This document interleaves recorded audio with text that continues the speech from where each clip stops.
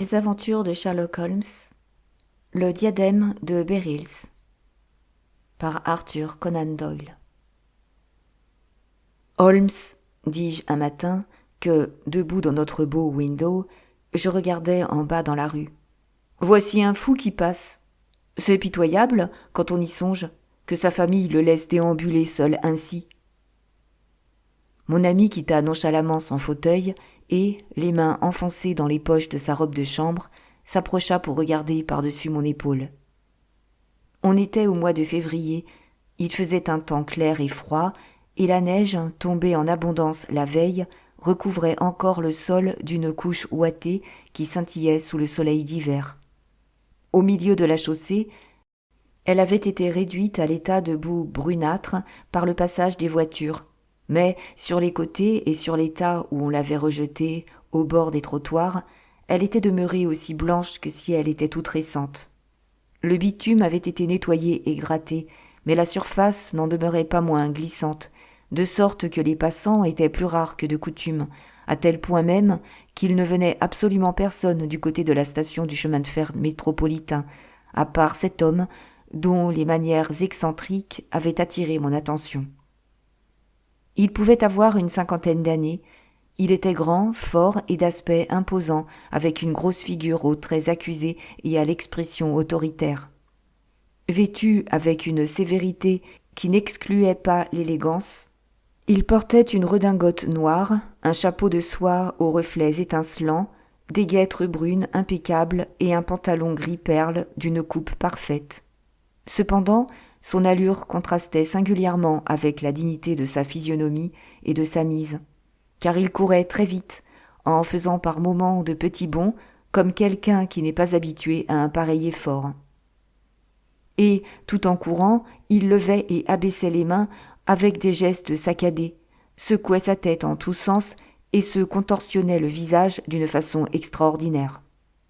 « Que diable peut-il bien avoir ?» murmurai-je. « Il a l'air de regarder les numéros des maisons. »« Je crois que c'est ici qu'il vient, » dit Holmes en se frottant les mains. « Ici ?»« Oui, j'ai idée qu'il vient me consulter. Il y a des symptômes sur lesquels on ne se trompe pas. Tenez, que vous disais-je ?» De fait, l'homme, tout en soufflant comme un phoque, se précipita au même moment vers notre porte et se mit à carillonner de telle façon que tous les échos de la maison furent réveillés. Quelques instants après, il faisait irruption dans la pièce où nous étions, toujours soufflant, toujours gesticulant, avec une telle expression de souffrance et de désespoir que nos sourires firent aussitôt place à la stupéfaction et à la pitié.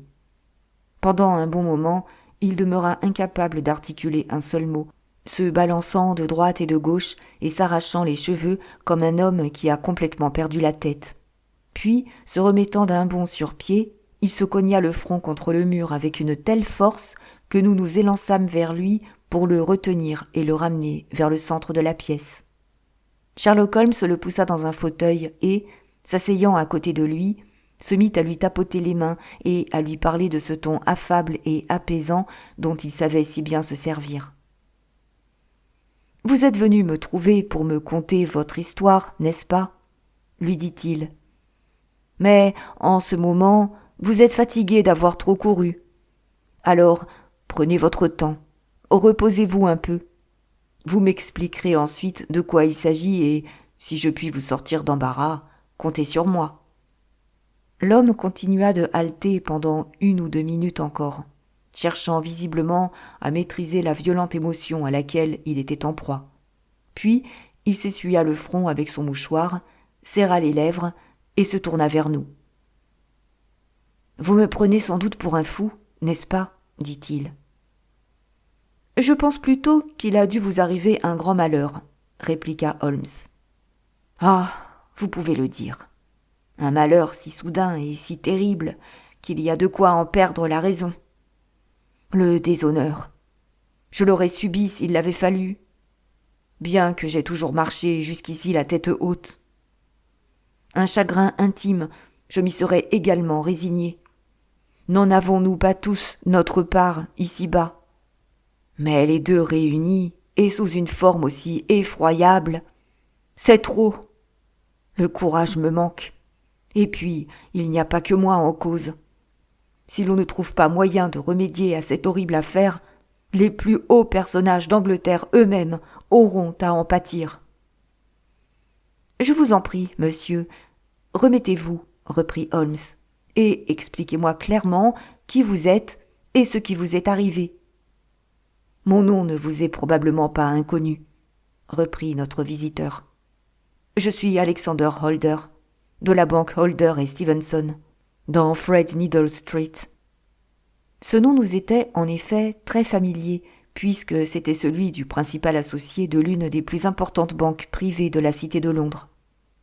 Que s'était-il donc passé pour que l'un des premiers citoyens de Londres se trouvât en aussi mauvaise passe ?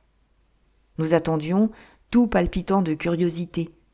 Enfin, faisant un nouvel effort, notre visiteur parvint à se reprendre suffisamment pour être en état de commencer son récit. « Je me rends compte qu'il n'y a pas de temps à perdre, nous dit-il, et je suis tout de suite parti à votre recherche lorsque l'inspecteur de police m'a conseillé de solliciter votre concours. Je suis venu à Baker Street par le chemin de fer souterrain et j'ai fait le reste du chemin au pas de course, car les cabs ne vont pas vite par ce temps de neige. Voilà pourquoi vous m'avez vu arriver si essoufflé, car je n'ai pas l'habitude de prendre beaucoup d'exercice. Mais je commence à me sentir mieux à présent, et je vais m'efforcer de vous exposer les faits aussi brièvement et en même temps aussi clairement que possible. Vous n'ignorez certainement pas que l'une des premières conditions de réussite pour un établissement de crédit est de trouver des placements rémunérateurs pour les fonds dont il dispose et de chercher à augmenter le plus possible ses relations et le nombre de ses déposants. L'un des placements les plus lucratifs réside dans les prêts d'argent contre garantie absolument sûre. Nous avons effectué beaucoup d'opérations de cet ordre au cours de ces dernières années, et nombreuses sont les familles appartenant à l'aristocratie auxquelles nous avons avancé de grosses sommes contre les garanties offertes par leurs galeries de tableaux, leur bibliothèque ou leur orfèvrerie. Hier matin, alors que j'étais dans mon bureau à la banque, un de nos employés me remit une carte de visite. Je bondis en lisant le nom, car c'était celui. Mais peut-être vaut-il mieux que je ne vous le répète pas, même à vous. Et je me contenterai de vous dire que c'était un nom universellement connu, un des noms les plus illustres d'Angleterre. J'en fus tellement interloqué que, lorsque mon visiteur se présenta, je trouvai à peine les mots qu'il fallait pour lui exprimer à quel point j'étais flatté d'un tel honneur. Mais il m'interrompit tout de suite pour m'exposer immédiatement le but de sa démarche avec l'empressement que l'on met à se débarrasser d'une tâche désagréable. « Monsieur Holder, commença-t-il, j'ai entendu dire que vous consentiez des avances d'argent. »« Notre maison les consent lorsque les garanties sont bonnes, » répondis-je. « J'ai besoin de 50 000 livres, » reprit-il, « et il me les faut séance tenante. Naturellement, je pourrais m'adresser à n'importe lequel de mes amis, qui me prêterait cette somme 10 fois pour une, mais je préfère m'adresser à une banque et traiter l'affaire moi-même. Quand on occupe une situation comme la mienne, il va de soi que l'on ne tient pas à avoir d'obligations envers personne. »« Et pour combien de temps désireriez-vous faire cet emprunt ?» m'informai-je. « J'ai une très forte somme à toucher lundi prochain, et à ce moment, je serai très certainement en mesure de vous rembourser ce que vous jugerez bon de me demander. Mais ce qui est absolument indispensable, c'est que je dispose tout de suite de la somme que je vous ai indiquée. Je me ferai un plaisir de la prélever immédiatement sur mes fonds personnels, pour ne pas vous faire attendre, répondis-je. Mais cette somme dépasse de beaucoup mes disponibilités. D'autre part, si je vous consens cette avance au nom de notre établissement, je me verrai dans l'obligation, par égard pour mon associé, de prendre, même vis-à-vis de vous, toutes les garanties d'usage. « Je préfère de beaucoup qu'il en soit ainsi, » dit-il, en mettant sur ses genoux un grand écrin carré en maroquin noir qu'il avait déposé à côté de sa chaise en entrant. « Vous avez sans nul doute entendu parler du diadème de Beryls ?»« L'un des plus précieux joyaux de la couronne, hasardai-je. »« Précisément. » Il ouvrit l'écrin et je vis apparaître, étalé sur un fond de velours fin, couleur chair, l'incomparable joyau dont il venait de me parler. « Il y y a 39 énormes béryls, poursuivit-il, et le prix de la monture en or est incalculable. En l'estimant au plus juste, ce diadème représente le double de la somme que je vous demande, et je suis prêt à vous le laisser entre les mains à titre de garantie. Je restai un moment hésitant, regardant alternativement mon illustre visiteur et le précieux écrin qu'il m'avait mis entre les mains. « Vous doutez de sa valeur ?» questionna-t-il. « Pas le moins du monde. Je me demandais seulement… » « Si j'avais le droit d'en disposer ainsi, rassurez-vous, jamais je n'aurais songé un seul instant à le faire si je n'avais eu la certitude absolue de pouvoir vous le reprendre dans 4 jours. Si je vous le laisse momentanément ainsi, c'est uniquement pour la forme. Trouvez-vous que ce soit un gage suffisant ? » ?»« Amplement suffisant. Rappelez-vous, monsieur Holder, que je vous donne là une très grande preuve de confiance, basée exclusivement sur l'éloge que l'on m'a fait de vous. Je vous recommande non seulement d'être discret, afin que cette histoire ne parvienne aux oreilles de personne, mais encore et surtout de veiller avec le plus grand soin sur ce diadème, car il va sans dire que cela provoquerait un gros scandale s'il était endommagé d'une façon quelconque. Le plus léger accident serait presque aussi grave que sa perte totale, car, comme il n'existe pas au monde de béryls comparables à ceux-ci, il serait impossible de les remplacer. Mais j'ai entière confiance en vous, et je viendrai vous le réclamer moi-même lundi matin. » Voyant que mon client avait hâte de s'en aller, je ne lui demandai pas d'autres explications, et, appelant mon caissier, je lui donnai ordre de verser 50 000 livres. Mais, une fois seul, avec le précieux écrin sur la table devant moi, je ne pus me défendre d'une certaine angoisse en réfléchissant à l'énorme responsabilité que je venais d'assumer. Il était bien évident que, ce joyau faisant partie des biens nationaux, un épouvantable scandale se produirait s'il lui arrivait malheur. Je regrettais déjà sincèrement d'avoir consenti à m'en charger. Mais, comme il était désormais trop tard pour me raviser, je me contentai de l'enfermer dans mon coffre-fort particulier et me remis au travail. Quand vint le soir, je me dis qu'il serait imprudent de laisser derrière moi, dans mon bureau, un objet aussi précieux. Nombre de banquiers ont été cambriolés déjà, et ce qui était arrivé à d'autres pouvait tout aussi bien m'arriver à moi. Dans quelle situation terrible ne me trouverais-je pas en pareil cas ?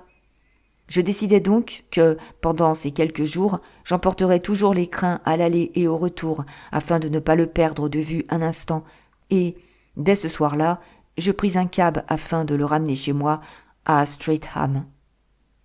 Ce n'est qu'après avoir enfermé l'écrin à clé, au premier étage, dans le bureau de mon cabinet de toilette, que je commençai à respirer plus librement.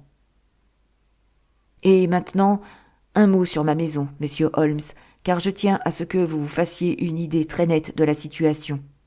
Mon garçon d'écurie et mon groom couchent au dehors et sont, par conséquent, hors de cause. J'ai 3 servantes qui sont chez moi depuis des années et dont l'honnêteté est au-dessus de tout soupçon. Une autre, Lucie Parr, la seconde femme de chambre, n'est à mon service que depuis quelques mois. Mais elle s'est présentée avec des certificats excellents et m'a donné jusqu'ici entière satisfaction. C'est une fort jolie fille, qui a beaucoup d'admirateurs, et l'on en voit assez souvent aux alentours qui la guettent sur son passage.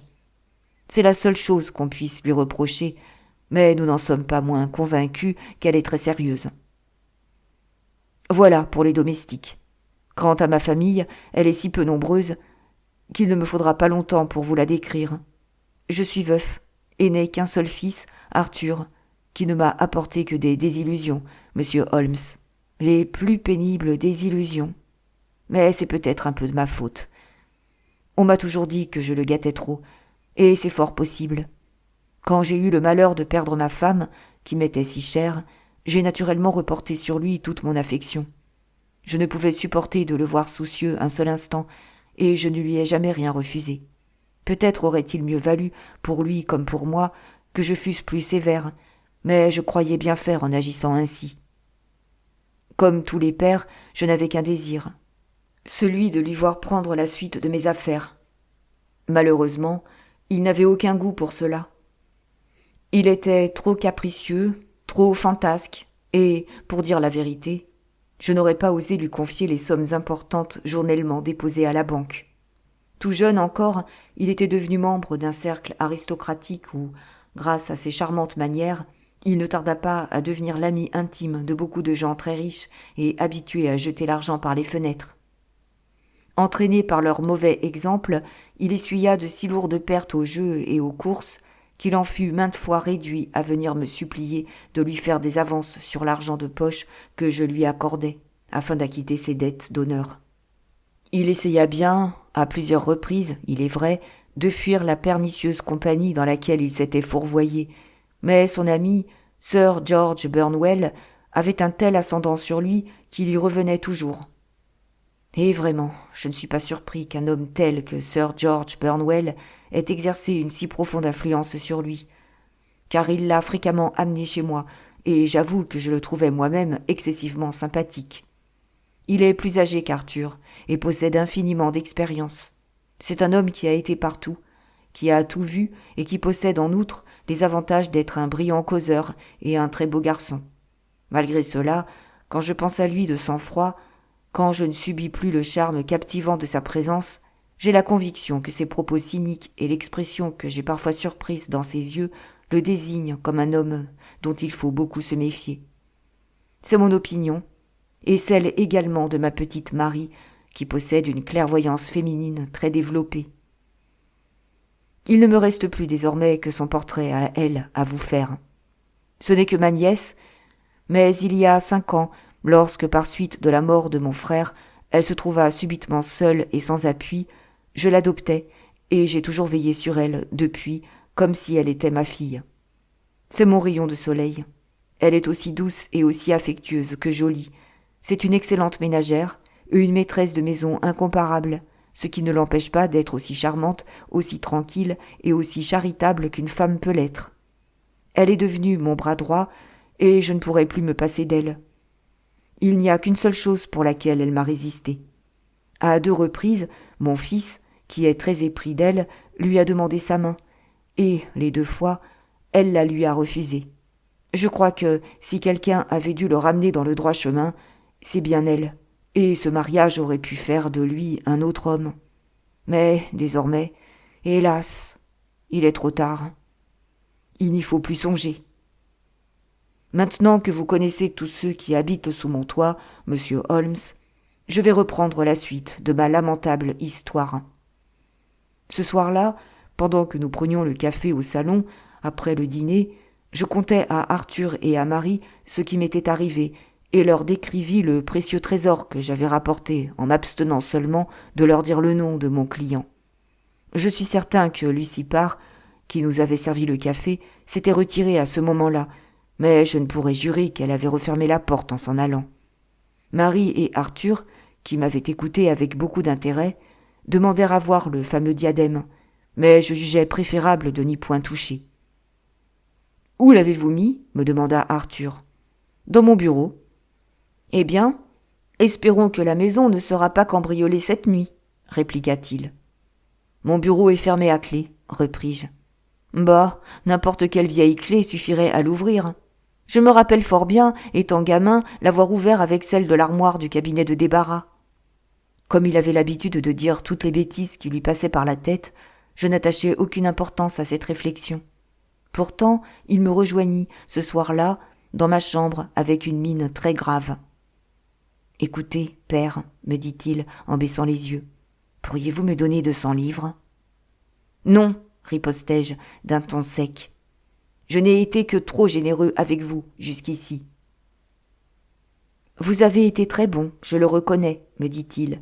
Mais il me faut absolument cet argent, sinon je ne pourrai jamais plus me montrer au cercle. »« Eh bien, j'en serais fort aise, m'écriai-je. »« Peut-être, mais vous ne voudriez tout de même pas me le voir quitter déshonoré.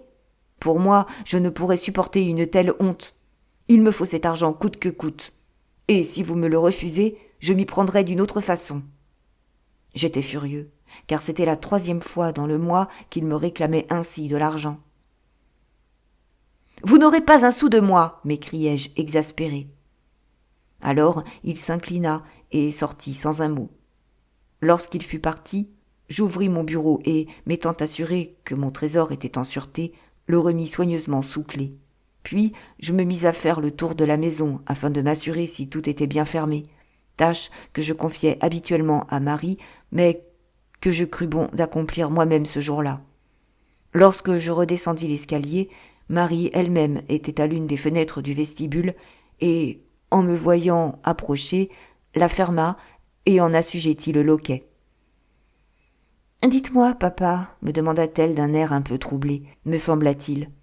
Avez-vous donné à Lucie la permission de sortir ce soir ? » ?»« Certainement non. »« Eh bien, je viens de la voir rentrer par la porte de derrière. Elle n'était sans doute allée que jusqu'à la petite grille pour voir quelqu'un, mais je n'approuve quand même pas cela, et il faudra y mettre bon ordre. »« Faites-lui-en l'observation demain matin, à moins que vous ne préfériez que je m'en charge. Vous êtes certaine que c'est bien fermé partout ? » ?»« Absolument certaine, papa. » Je l'embrassai, regagnai ma chambre et m'endormis peu après. Je m'efforce, monsieur Holmes, de vous rapporter tout ce qui peut avoir quelque rapport avec l'affaire dont je vous parle. Néanmoins, s'il y a quelque chose qui ne vous semble pas clair, vous n'avez qu'à me poser des questions. Au contraire, je trouve que vous êtes parfaitement explicite. Je suis maintenant arrivé à un point de mon récit où je désirerais l'être davantage. Même en temps ordinaire, j'ai toujours le sommeil peu profond, mais cette nuit-là, en raison sans doute des inquiétudes auxquelles j'étais en proie, je dormais encore plus légèrement que jamais. Vers 2 heures du matin, je fus réveillé par un bruit provenant de l'intérieur de la maison. Ce bruit avait cessé avant que je fusse complètement réveillé, mais j'avais gardé l'impression que c'était une fenêtre qui venait de se refermer doucement. J'écoutais de toutes mes oreilles. Tout à coup, à ma profonde horreur, j'entendis très distinctement des pas étouffés dans la pièce d'à côté. Tout palpitant d'angoisse, je me glissai hors de mon lit et guettai par la porte entr'ouverte ce qui se passait dans mon cabinet de toilette. « Arthur !» criai-je. « Misérable ! Voleur ! Comment osez-vous toucher à ce diadème ?» Le gaz était à demi baissé, tel que je l'avais laissé en me couchant, et mon malheureux fils, simplement vêtu de sa chemise et de son pantalon, était debout près de la lumière, tenant le diadème entre ses mains. Il semblait employer toutes ses forces à le tordre ou à le briser. Au cri que je poussai, il lâcha le joyau et devint pâle comme la mort. Je saisis le diadème et l'examinai. Il manquait une des extrémités ainsi que 3 des béryls. « Misérable !» répétai-je, fou de rage. « Vous l'avez brisé ! Vous m'avez déshonoré pour toujours ! Où sont les pierres que vous avez volées ?»« Volées ?» se récria-t-il. « Oui, volées !» hurlai-je en le secouant par l'épaule. « Il n'en manque aucune. Il ne peut en manquer aucune, me répondit-il. Il en manque 3, et vous savez où elles sont. Seriez-vous donc aussi menteur que voleur, par hasard ? Je vous ai vu, de mes yeux vus, essayer d'en arracher encore une autre. »« Assez d'insultes, protesta-t-il. Je n'en supporterai pas davantage. Puisque c'est ainsi que vous me traitez, n'attendez pas un mot de plus de moi. Je m'en irai de chez vous aujourd'hui même, et, à l'avenir, je me débrouillerai seul. »« Si vous vous en allez de chez moi, ce sera aux mains de la police !» m'exclamai-je, au comble de la fureur. « J'entends que cette affaire soit éclaircie complètement. Ne comptez pas sur moi pour vous fournir aucune explication, me riposta-t-il, avec un emportement dont je ne l'aurais pas cru capable. Si vous appelez la police, vous pourrez vous adresser à elle pour découvrir ce que vous voulez savoir. » Le bruit de notre discussion avait réveillé tout le monde.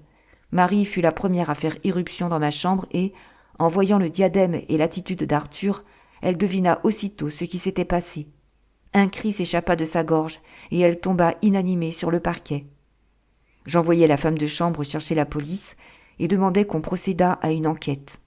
Lorsque l'inspecteur, accompagné d'un constable, pénétra dans la maison, Arthur, qui, l'air sombre et les bras croisés, était demeuré immobile à la même place, me demanda si j'avais l'intention de déposer une plainte contre lui.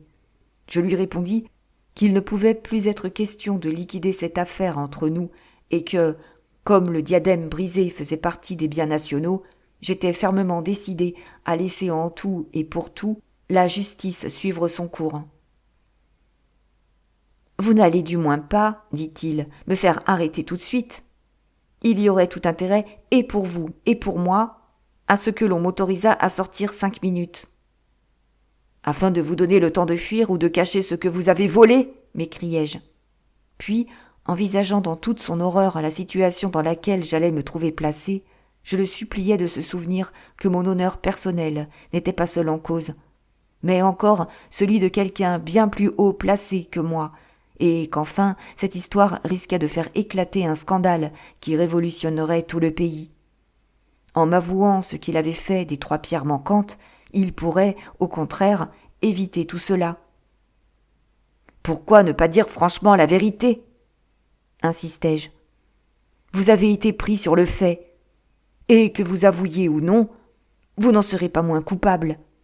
Efforcez-vous plutôt de réparer votre faute dans la mesure du possible en m'expliquant où se trouvent les Berries, et je vous promets de tout pardonner. »« Gardez votre pardon pour ceux qui l'implorent, » me répliqua-t-il en se détournant avec un rire sarcastique. Je compris qu'il était trop buté pour se laisser ébranler par quoi que ce soit de ce que je pourrais lui dire. Dans ces conditions, il ne me restait plus qu'un seul parti à prendre. J'appelai l'inspecteur et déposai une plainte contre mon fils. On l'arrêta immédiatement, on le fouilla, on perquisitionna dans sa chambre et dans toute la maison. Mais il fut impossible de retrouver les pierres nulle part, et ni prières ni menaces ne purent décider mon misérable fils à parler. On l'a incarcéré ce matin, et, après avoir rempli toutes les formalités exigées par la police, je suis immédiatement accouru vous voir, comptant sur votre habileté si vantée pour débrouiller cette énigme. La police déclare n'y rien comprendre. Si vous voulez bien entreprendre une enquête à votre tour, je vous donne carte blanche pour les frais qui en pourront résulter. J'ai déjà d'ailleurs offert une récompense de 1000 livres afin d'encourager les recherches. Mon Dieu, que vais-je devenir ? En une seule nuit, j'ai perdu mon honneur, mon fils et le trésor que l'on m'avait confié. Je vais sûrement en tomber tout à fait fou. Il se prit la tête à 2 mains et se mit à se balancer de droite et de gauche, en geignant doucement comme un enfant accablé de chagrin. Sherlock Holmes, les sourcils froncés, les yeux fixés sur le feu, resta un long moment silencieux. « Recevez-vous beaucoup ?» demanda-t-il enfin. « Personne, sauf mon associé et sa famille, et parfois un ami d'Arthur. Sir George Burnwell est venu plusieurs fois ces temps derniers. C'est tout, je crois. » « Allez-vous beaucoup dans le monde ?»« Arthur, oui. Mais Marie et moi restons toujours à la maison, car nous n'aimons guère à sortir, ni l'un ni l'autre. » « C'est rare chez une jeune fille. Elle est d'un naturel plutôt calme. Et puis, elle est moins jeune que vous ne semblez le croire. Elle a 24 ans. D'après ce que vous me dites, cette affaire l'a fort bouleversée aussi. Terriblement. Elle en paraît même encore plus affectée que moi. Vous êtes aussi convaincus l'un que l'autre de la culpabilité de votre fils ? Comment ne le serions-nous pas, alors que je l'ai vu, de mes yeux vus, avec le diadème dans les mains ? Je n'estime pas que ce soit là une preuve absolument irréfutable. Le reste du diadème était-il endommagé ? Oui, il était tordu. Ne pensez-vous pas, en ce cas, qu'il ait plutôt été en train de chercher à le redresser ? Je vous remercie d'essayer d'atténuer ainsi sa part de responsabilité et la mienne, mais vous n'y parviendrez pas. D'abord, quelle raison avait-il d'être là ? Et, s'il était animé de si bonnes intentions, pourquoi ne l'a-t-il pas dit tout de suite ? En effet, mais, par contre, s'il était coupable, pourquoi n'a-t-il pas tenté de se disculper par un mensonge ? À mon avis, son silence peut être interprété aussi bien dans un sens que dans l'autre. Il y a plusieurs particularités singulières dans cette affaire. Que pense la police du bruit qui vous a réveillé ? Elle présume que ce devait être celui que fit Arthur en refermant la porte. Allons donc. Est-ce qu'un homme qui vient pour voler fait claquer les portes au risque de réveiller toute la maison ? Et la disparition des pierres, comment l'explique-t-on ? On continue à sonder les parquets et à tout mettre sans dessus-dessous dans l'espoir de les retrouver. A-t-on pensé à regarder en dehors de la maison ? Oh oui, et avec quel zèle ! On a déjà retourné tout le jardin. « Voyons, cher monsieur, reprit Holmes, Ne comprenez-vous donc pas que cette affaire est beaucoup plus abstruse que la police et vous n'étiez, à première vue, tentés de le croire? Le cas vous a paru, à vous, fort simple. À moi, il me semble fort complexe. Réfléchissez un peu à ce qu'implique votre hypothèse. D'après vous, votre fils se relève la nuit, s'en va, non sans courir les plus grands risques, jusqu'à votre cabinet de toilette, ouvre votre bureau, en retire le diadème, en brise un morceau rien qu'avec ses mains, s'en va cacher 3 des 39 pierres avec tant d'habileté que personne ne pourra ensuite les retrouver, puis rapporte les 36 autres dans ce même cabinet de toilette où il est si fortement exposé à être découvert. Alors, franchement, cela vous paraît vraisemblable ? Mais quelle autre hypothèse voulez-vous envisager ? S'écria le banquier avec un geste désespéré. Si ses intentions n'avaient pas été malhonnêtes, est-ce qu'il ne s'expliquerait pas ? C'est à nous de le découvrir, répondit Holmes. Aussi, monsieur Holder, si vous le voulez bien, nous allons maintenant nous rendre ensemble à Strayham, où nous nous emploierons pendant 1 heure à vérifier minutieusement certains détails. Mon compagnon mit beaucoup d'insistance à m'entraîner avec eux dans l'expédition qu'ils allaient entreprendre, ce que j'acceptais d'ailleurs avec empressement, car j'avais été à la fois très ému et très intrigué par le récit que nous venions d'entendre. J'avoue qu'en ce qui me concerne, la culpabilité du fils du banquier me paraissait aussi évidente qu'elle l'était pour son malheureux père. Néanmoins, j'avais une telle foi dans les jugements de Sherlock Holmes qu'il me semblait que l'on pouvait conserver encore quelque espoir tant qu'il se refuserait à accepter la théorie jusqu'à présent admise. Il n'ouvrit pour ainsi dire pas la bouche durant tout le trajet qu'il nous fallut parcourir pour gagner la banlieue sud et resta continuellement absorbé dans ses méditations, le menton incliné sur la poitrine et le chapeau rabattu sur les yeux. Notre client semblait avoir repris un peu de couleur en écoutant raisonner mon ami, et il alla même jusqu'à engager avec moi une conversation à bâton rompu au sujet de ses affaires. Un court voyage en chemin de fer et une marche plus courte encore nous amenèrent à Fairbank, la modeste résidence du grand financier. Fairbank était une maison quadrangulaire d'assez vaste dimension, construite en pierre blanche et un peu en retrait de la route. Une allée carrossable à double évolution, encerclant une pelouse couverte de neige, la reliait aux 2 grandes grilles donnant accès à la propriété. Sur le côté droit, une petite barrière en bois, qui servait d'entrée de service, permettait, en suivant un étroit sentier bordé de haies soigneusement taillées, de gagner la porte de la cuisine. Sur le côté gauche courait un petit chemin conduisant aux écuries, qui, lui, n'était pas englobé dans la propriété, car, bien que rarement utilisé, il était ouvert à tout le monde. Holmes nous quitta devant la porte d'entrée et fit lentement le tour de la maison, en commençant par la façade, pour continuer ensuite par le sentier réservé aux fournisseurs et par le jardin de derrière, et revenir enfin par le chemin des écuries.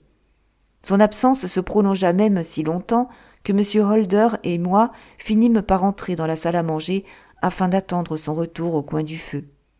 Alors que nous étions silencieusement assis de la sorte en face l'un de l'autre, la porte s'ouvrit et une jeune fille entra.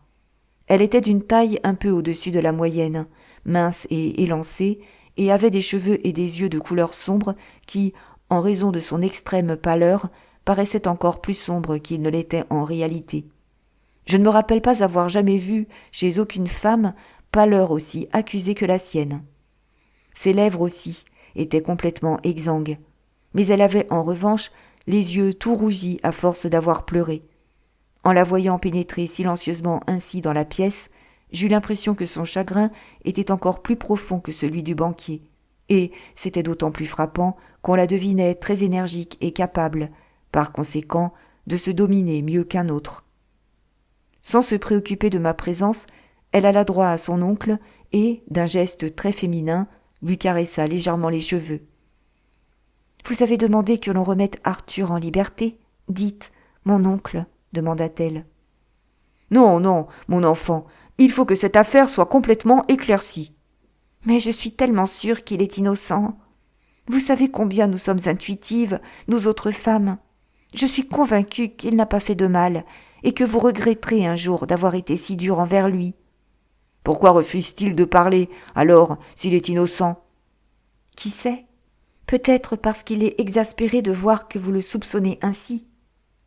Comment ne le soupçonnerais-je pas, dès lors que je l'ai surpris moi-même le diadème entre les mains ? Oh, il ne l'avait pris que pour le regarder. Je vous en prie, rapportez-vous-en à moi. Je vous donne ma parole qu'il est innocent. Laissez tomber l'affaire et qu'il n'en soit plus question. C'est si épouvantable de penser que notre cher Arthur est en prison. Non, jamais je ne laisserai tomber l'affaire tant que les pierres n'auront pas été retrouvées. Jamais, Marie. Votre affection pour Arthur vous empêche de penser aux horribles conséquences qui en résulteront pour moi. Aussi, loin d'étouffer l'affaire, j'ai amené de Londres quelqu'un qui m'aidera à pousser les recherches encore plus loin. « C'est monsieur ?» questionna-t-elle en se retournant pour me regarder. « Non, son ami. Il nous a prié de le laisser seul. Il est en ce moment du côté du chemin des écuries. »« Le chemin des écuries ?» répéta-t-elle en levant ses noirs sourcils. « Qu'espère-t-il donc découvrir par là ?»« Ah, le voici, sans doute. J'espère, monsieur, que vous réussirez à prouver, comme j'en ai pour ma part l'intime conviction, que mon cousin Arthur est innocent du crime dont on l'accuse. »« Je partage entièrement votre avis, mademoiselle, et je compte bien arriver à rétablir la vérité, » répondit Holmes en revenant sur ses pas pour essuyer sur le paillasson ses chaussures pleines de neige. « C'est, je présume, à mademoiselle Marie Holder que j'ai l'honneur de parler. Vous permettez, mademoiselle, que je vous pose une ou deux questions ? » « Mais bien volontiers, monsieur, si cela peut vous aider dans vos recherches. »« Vous n'avez rien entendu cette nuit, pour votre part ? » ?»« Rien, jusqu'au moment où mon oncle a commencé d'élever la voix. Dès que je l'entendis, je m'empressai de descendre. »« C'est vous qui aviez fermé la maison hier soir. Êtes-vous bien sûr d'avoir abattu le loquet de toutes les fenêtres ? » ?»« Oui, monsieur. »« Et étaient-elles toutes, ce matin, telles que vous les aviez laissées hier soir ? » ?»« Oui, monsieur. » « L'une de vos femmes de chambre a un amoureux, n'est-ce pas ? Et si je ne me trompe, vous avez averti votre oncle qu'elle était allée le voir. » »« Oui, c'est elle qui a servi le café dans le salon, et il est possible qu'elle ait entendu ce que disait mon oncle au sujet du diadème. »« Ah bon ? Et cela vous amène à supposer qu'elle aurait été en aviser son amoureux et que tous deux auraient combiné le vol ensemble ? » ?»« À quoi bon se perdre ainsi en vagues conjectures ? » s'écria le banquier avec impatience. « Puisque je vous répète que j'ai surpris Arthur avec le diadème dans ses mains. »« Attendez un peu, monsieur Holder. Nous reparlerons de cela plus tard. Revenons à cette fille, mademoiselle. Vous l'avez vue rentrer par la porte de la cuisine, probablement. »« Oui, en allant m'assurer que les verrous étaient bien poussés, je l'ai vue qui rentrait furtivement. J'ai même aperçu l'homme dans l'ombre. »« Vous le connaissez de vue ? » ?»« Oh oui, c'est le fruitier qui nous livre nos légumes. Il s'appelle Francis Prosper. »« Il se tenait, poursuivit Holmes, à gauche de la porte, c'est-à-dire à quelques pas plus haut sur le sentier. »« C'est cela. »« Et il a une jambe de bois ?» Une lueur d'inquiétude passa dans les yeux expressifs de la jeune fille. « Ma parole, vous êtes un véritable sorcier !» s'écria-t-elle. « Comment pouvez-vous savoir cela ?» Elle avait posé cette question en souriant, mais le masque grave et maigre de Sherlock Holmes était demeuré immuable. « Je désirerais maintenant monter au premier, dit-il. Mais auparavant, il faut que je retourne donner un coup d'œil à l'extérieur de la maison. J'ai besoin d'inspecter les fenêtres du rez-de-chaussée. » Il se mit aussitôt à les passer rapidement en revue l'une après l'autre, mais ne s'arrêta à proprement parler que devant celle du vestibule, qui était assez grande et devant laquelle passait le chemin des écuries. En dernier lieu, il l'ouvrit et en examina attentivement le rebord à l'aide de sa loupe. « Maintenant, nous allons pouvoir monter, » annonça-t-il finalement. Le cabinet de toilette du banquier était une petite pièce, fort simplement meublée et recouverte d'un tapis gris, dans laquelle on remarquait un bureau et un grand miroir. Holmes alla d'abord au bureau et en étudia avec soin la serrure. « De quelle clé s'est-on servi pour l'ouvrir ?» s'informa-t-il. « De celle dont mon fils lui-même a parlé, la clé de l'armoire du cabinet de débarras. »« Vous l'avez là ? C'est celle qui est ici, sur la toilette. » Sherlock Holmes s'en saisit et ouvrit le bureau. « Une serrure silencieuse, constata-t-il. Je ne m'étonne pas qu'on ne vous ait pas réveillé en la faisant fonctionner. C'est sans doute cet écrin qui renferme le diadème. Regardons-le. » Il ouvrit l'écrin, en sortit le joyau et le posa sur la table. C'était une pièce magnifique, et les 36 pierres étaient absolument incomparables. À l'une des extrémités, la monture était brisée nette. C'est de là qu'avait été arrachée la partie supportant les 3 pierres disparues. « Tenez, monsieur Holder, dit Holmes, voici le coin qui faisait pendant à celui que l'on a soustrait. Puis-je vous demander de le casser ?» Le banquier recula d'horreur. « Jamais je n'oserais faire cela !» se récria-t-il. « Alors, c'est moi qui le ferai, » dit Holmes en tirant brusquement de toutes ses forces sur le diadème, sans toutefois réussir à le rompre. « Je sens qu'il cède un peu, » ajouta-t-il. « Mais bien que je possède une force exceptionnelle dans les doigts, je crois qu'il me faudrait un certain temps pour en venir à bout.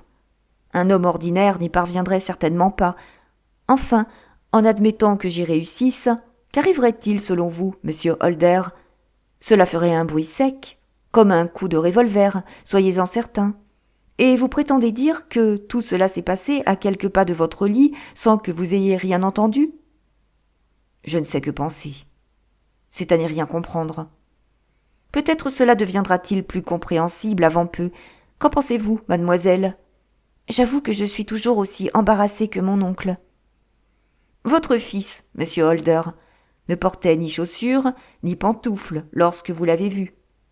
Non, rien que son pantalon et sa chemise. Je vous remercie.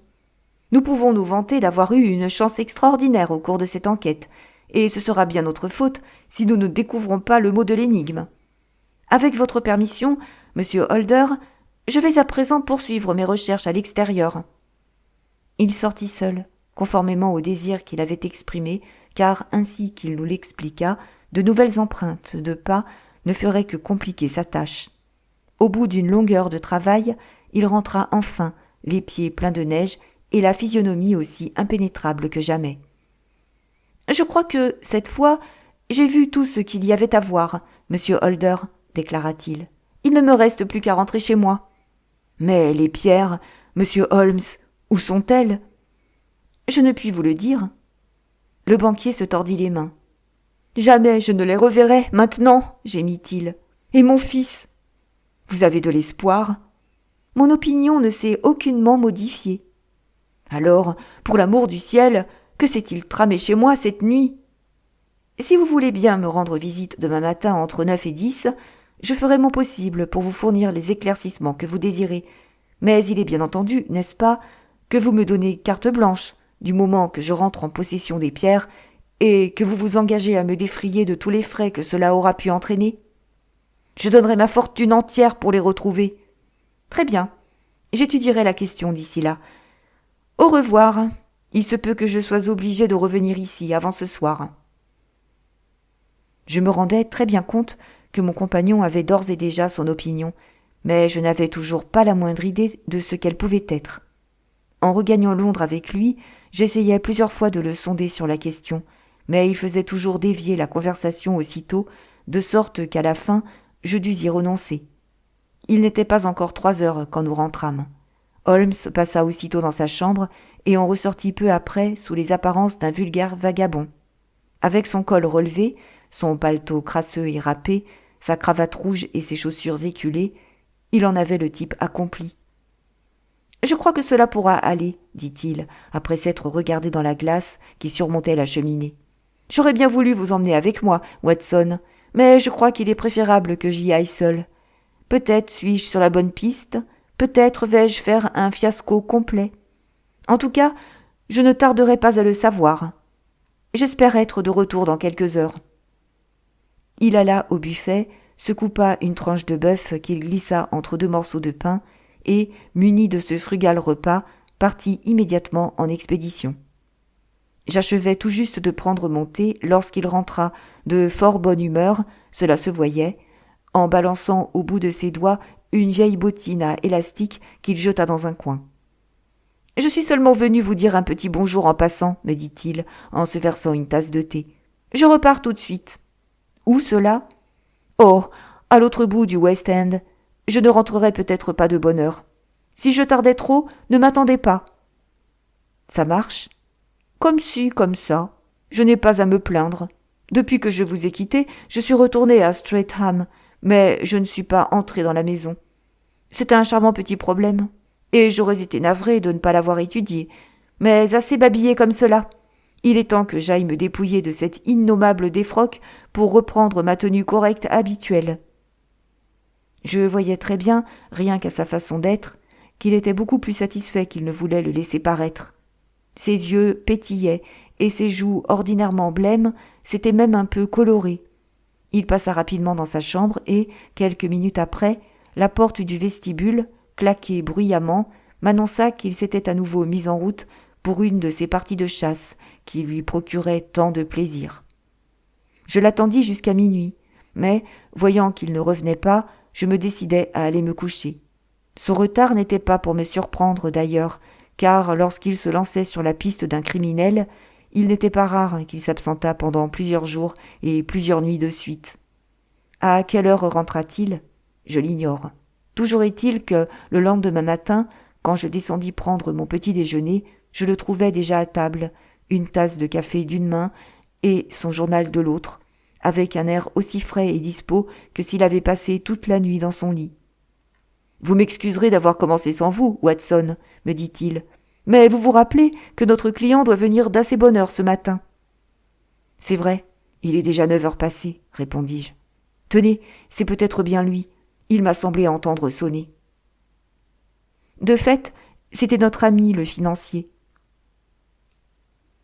Je fus stupéfait de voir le changement qui s'était opéré en lui, car sa figure, hier encore si large et si pleine, était maintenant toute défaite et toute creuse. Et l'on eût dit que ses cheveux avaient encore blanchi.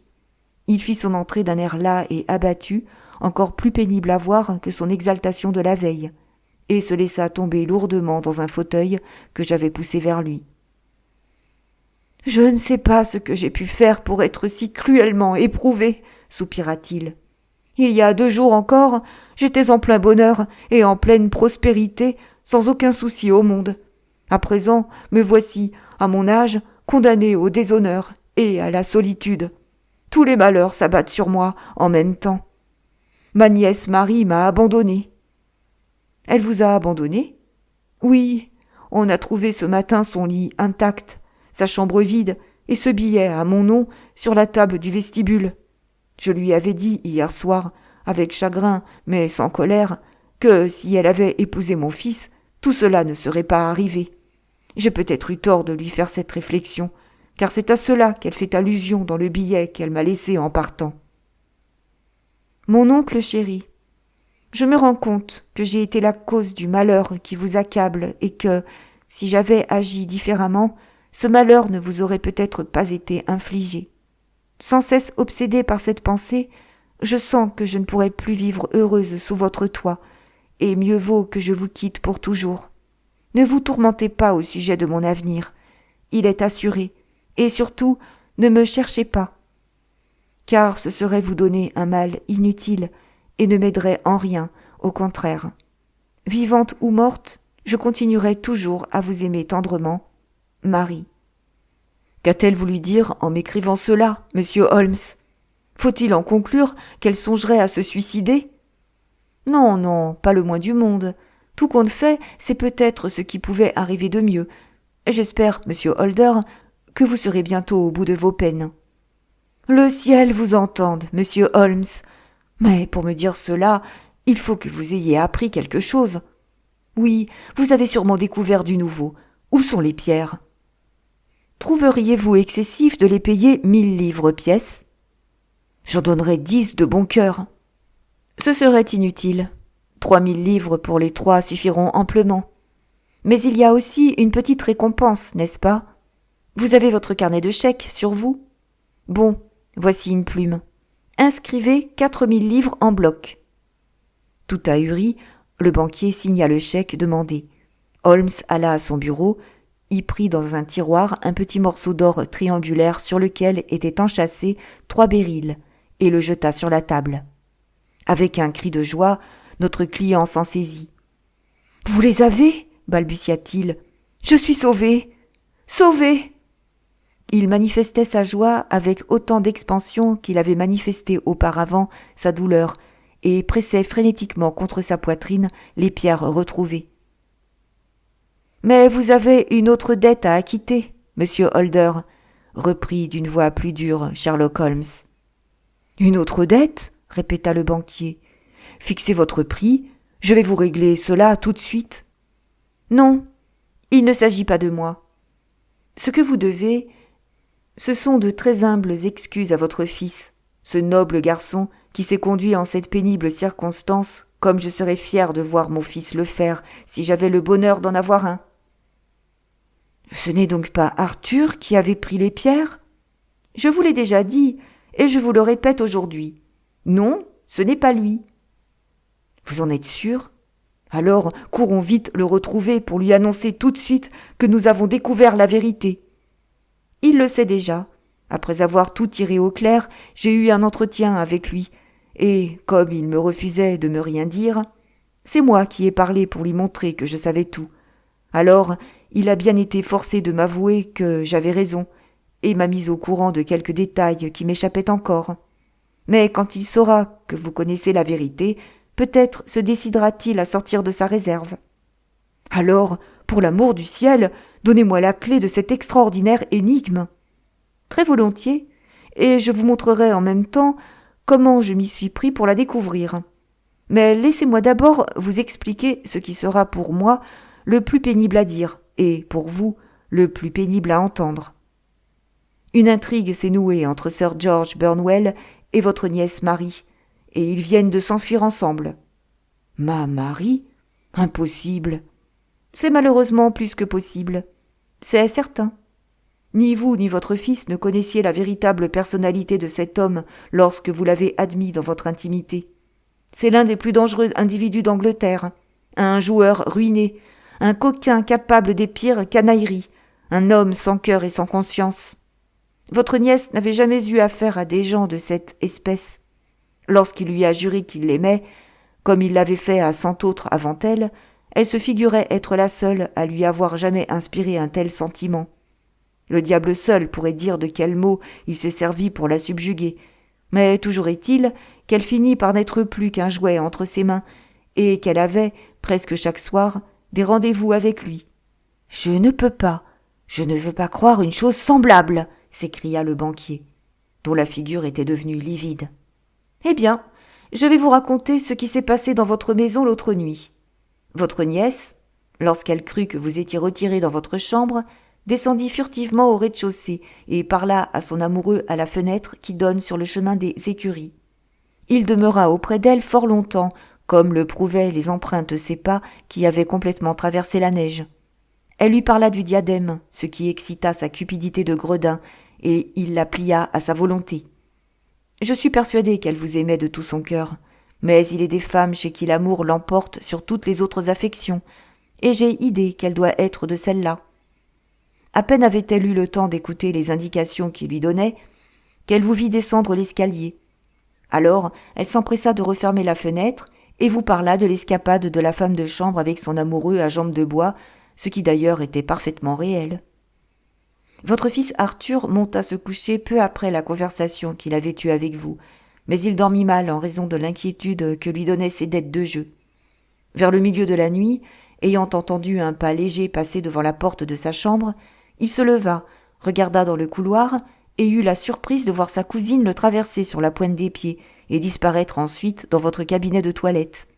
Pétrifié de stupéfaction, il enfila à la hâte son pantalon et attendit dans l'obscurité, curieux de savoir ce qui allait se passer. Au bout de quelques instants, votre nièce ressortit et, à la lueur de la lampe qui éclairait le couloir, votre fils s'aperçut qu'elle tenait le précieux diadème entre ses mains. Il la laissa descendre l'escalier et, tout frémissant d'horreur, courut sans bruit se cacher derrière la tenture qui est près de votre porte, à une place d'où il pouvait observer ce qui se passait dans le vestibule en bas. Il vit alors sa cousine ouvrir silencieusement la fenêtre, tendre le diadème au dehors à quelqu'un que l'obscurité rendait invisible, puis refermer la fenêtre et regagner rapidement sa chambre en passant tout près de l'endroit où il se tenait caché derrière la tenture.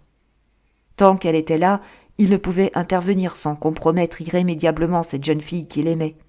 Mais dès qu'elle fut disparue, il comprit quel désastre ce serait pour vous et l'importance qu'il y avait à le réparer.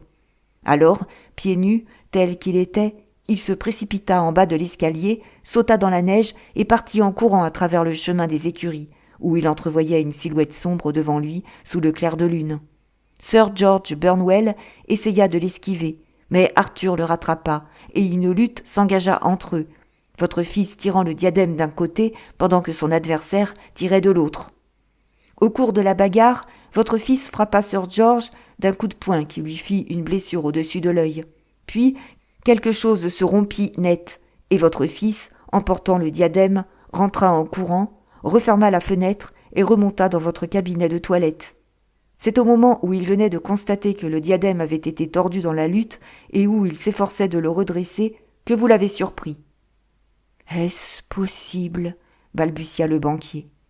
« Et vous l'avez exaspéré en l'outrageant odieusement, à l'instant même où vous auriez dû, au contraire, le remercier chaleureusement.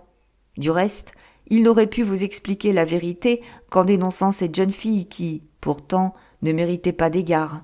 Et chevaleresque jusqu'au bout, il préféra se taire plutôt que de la trahir. « Voilà donc pourquoi elle a poussé ce cri et a perdu connaissance » s'écria M. Holder. « Oh mon Dieu, faut-il que j'aie été assez aveugle et stupide ? Et Arthur, qui m'avait demandé de lui permettre de sortir 5 minutes. Le brave garçon voulait retourner voir si le morceau qui manquait n'était pas resté à l'endroit où il s'était battu. Comme je l'ai mal jugé. » À mon arrivée à la maison, poursuivit Holmes, mon premier soin fut d'en faire soigneusement le tour afin de m'assurer s'il n'y avait pas sur la neige des empreintes susceptibles de me mettre sur la voie. Je savais qu'il n'avait pas neigé à nouveau depuis la veille au soir et que, comme il avait gelé très fort pendant la nuit, les empreintes, s'il en existait, seraient demeurées intactes. Je commençai par longer le sentier des fournisseurs, mais je m'aperçus que tout y avait été piétiné et qu'il serait impossible de rien reconnaître. Un peu plus loin, par contre, au-delà de la porte de la cuisine, je constatai qu'une femme était restée debout à la même place, en conversation avec un homme dont l'une des empreintes, petite et ronde, montrait qu'il avait une jambe de bois. Je pus même me rendre compte qu'ils avaient été dérangés, attendu que la femme était revenue en courant vers la porte, ainsi que le prouvaient ses traces, profondes à la pointe et légères au talon, tandis que l'homme à la jambe de bois, après avoir attendu encore un peu, avait fini par s'en aller. Je pensai tout de suite qu'il s'agissait peut-être de la servante et de son amoureux dont vous m'aviez parlé, et renseignement pris, je vis que je ne m'étais pas trompé.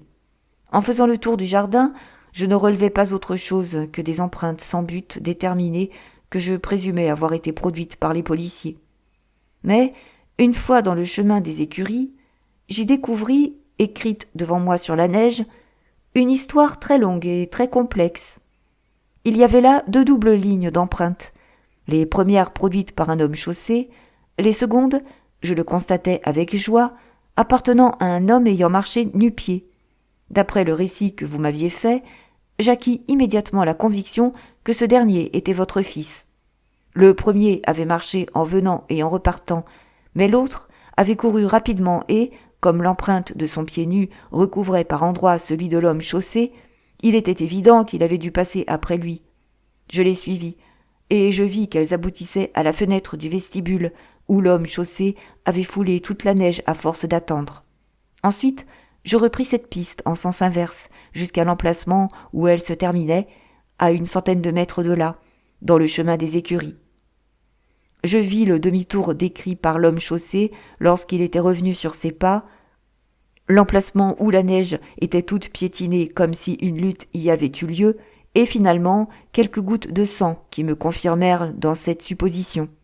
L'homme chaussé avait ensuite couru le long du chemin, et je retrouvai plus loin quelques nouvelles traces de sang qui me prouvèrent que c'était lui qui avait été blessé. Mais quand j'arrivai à la grand-route, je vis qu'on l'avait déblayé et qu'il ne subsistait par conséquent plus aucune trace de ce côté. En revanche, lorsque, en pénétrant dans la maison, j'examinais, comme il vous en souvient, à la loupe le rebord de la boiserie de la fenêtre du vestibule, je pus tout de suite me rendre compte que quelqu'un l'avait franchi, car on distinguait nettement les contours d'un pied humide qui s'y était posé en rentrant. Je commençais alors à pouvoir me former une opinion sur ce qui avait dû se passer. Un homme avait attendu devant la fenêtre et quelqu'un lui avait apporté les pierres. Votre fils avait été témoin de la scène, s'était élancé à la poursuite du voleur, avait lutté avec lui, chacun tirant de son côté sur le diadème et provoquant ainsi une rupture que ni l'un ni l'autre n'aurait pu effectuer à lui tout seul. Finalement, il était revenu à la maison, en possession du joyau reconquis dont il avait cependant laissé une portion aux mains de son adversaire. Jusque-là, tout était parfaitement clair. Ce qu'il s'agissait maintenant de découvrir, c'est qui était le voleur et qui lui avait livré le diadème. En vertu d'une maxime dont j'ai depuis longtemps vérifié la justesse, lorsque l'on a écarté d'un problème tous les éléments impossibles, ce qui reste, si invraisemblable que cela puisse paraître, est forcément la vérité. Étant donné que ce n'était pas vous qui aviez livré le diadème, ce ne pouvait être que votre nièce ou l'une des servantes. Mais si c'était une servante, quelle raison aurait eu votre fils de se laisser accuser à sa place ? Aucune, n'est-ce pas ? Tandis que, du fait qu'il aimait sa cousine, il était tout naturel qu'il n'eût pas voulu la trahir, surtout puisqu'il s'agissait d'un secret dont la révélation l'aurait déshonoré.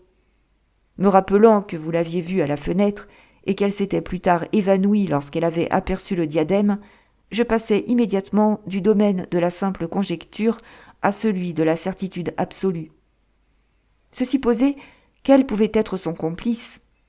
Quelqu'un qu'elle aimait, incontestablement, car quel autre aurait pu lui faire oublier l'affection et la reconnaissance qu'elle devait avoir pour vous ?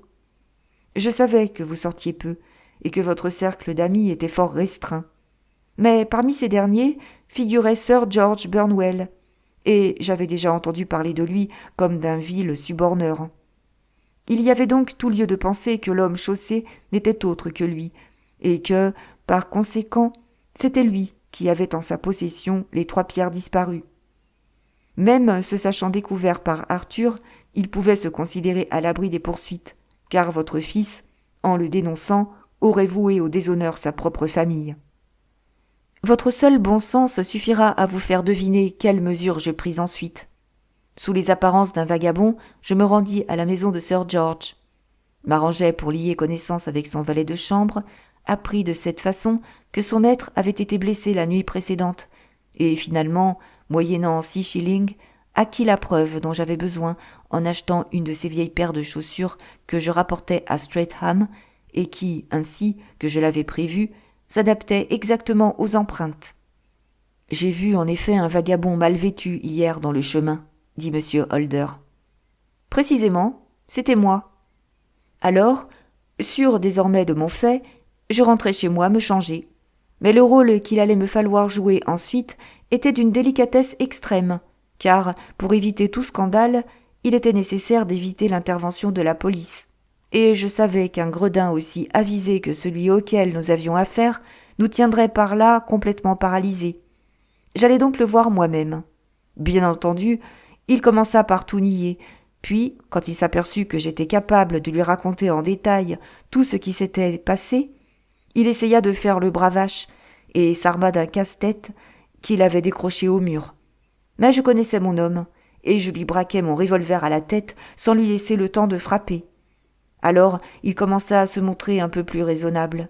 Je lui expliquai que nous étions prêts à lui verser une indemnité en échange des pierres qu'il détenait. 1 millier de livres pour chaque. Cela lui arracha, pour la première fois, des paroles de regret. « Le diable m'emporte » s'écria-t-il. « Je les ai lâchées toutes les 3 pour 600 livres. » J'eus au fait de lui faire dire l'adresse du receleur auquel il les avait cédées, en lui promettant qu'aucune plainte ne serait déposée contre lui. Je m'y rendis aussitôt, et, après bien des marchandages, je parvins à me faire rendre les pierres à raison de 1000 livres pièce. Ce résultat obtenu, je passai prévenir votre fils que tout était arrangé, et, de là, rentrai me coucher vers 2 heures du matin, après ce qui peut s'appeler une bonne journée de travail. Une journée qui a épargné à l'Angleterre un gros scandale politique, ajouta le banquier en se levant. Monsieur Holmes, je ne sais vraiment pas comment vous exprimer ma reconnaissance, mais vous verrez cependant que vous n'avez pas eu affaire à un ingrat. Votre habileté surpasse véritablement tout ce que l'on m'en avait dit. Et maintenant, il faut que je coure retrouver mon cher fils, afin de lui demander pardon de tout le mal que je lui ai fait. Quant à ce que vous me dites de ma Marie, j'en ai le cœur littéralement brisé. Sans doute ne pourrez-vous pas, en dépit de toute votre habileté, me dire où elle est maintenant. Je crois pouvoir vous affirmer, sans crainte de me tromper, répliqua Holmes, qu'elle est là où se trouve Sir George Burnwell. Et il est non moins certain que, si grande qu'ait pu être sa faute, le châtiment qui l'attend sera bien plus grand encore.